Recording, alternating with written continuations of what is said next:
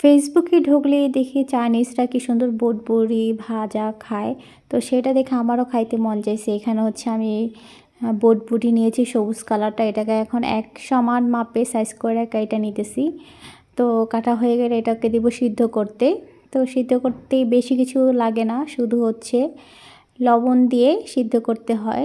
আর সিদ্ধটা বেশিক্ষণ করে না, হাফ সিদ্ধ হলে এটাকে হচ্ছে নামিয়ে ঝরা দিয়ে নিতে হয়। তো আমার এদিকে সিদ্ধ করা হয়ে গেছে, এখন এটাকে ঝরা দিয়ে নিচ্ছি একটা স্ট্যানারের সাহায্যে। ঝরা শেষ হয়ে গেলে একটা ভোলের মধ্যে নিয়ে নিচ্ছি। তো ওই ভোলে দিচ্ছি পরিমাণ মতো হচ্ছে ময়দা আর হচ্ছে কর্নফ্লাওয়ার দিয়ে, তার মধ্যে হচ্ছে লবণ, তারপর হচ্ছে মরিচের গুঁড়া, তারপর হচ্ছে সামান্য পরিমাণ হলুদের গুঁড়া আর হচ্ছে দারচিনি এলাচ গুঁড়া দিয়ে ভালোভাবে ময়দার সাথে এটাকে মিক্স করে নিচ্ছি। প্রথমে একটু একটু শুকনো মিক্স করব, তারপরে লাগলে হচ্ছে আমি পানি ব্যবহার করে একটু ব্যাটারটাকে ভালোভাবে যেন বুটবুড়ির সাথে লাগে সেজন্য একটু পানি ব্যবহার করেছিলাম।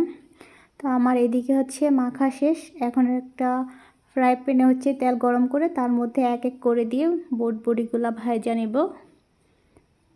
বুটবুড়িগুলো সব দেওয়া হয়ে গেলে হচ্ছে এই পিঠ ও পিঠ নেড়ে চেড়ে ভালোভাবে একবারে ভাজা নিব।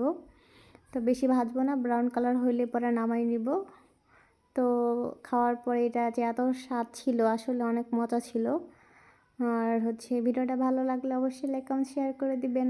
সবাই ভালো থাকবেন, আল্লাহ হাফেজ।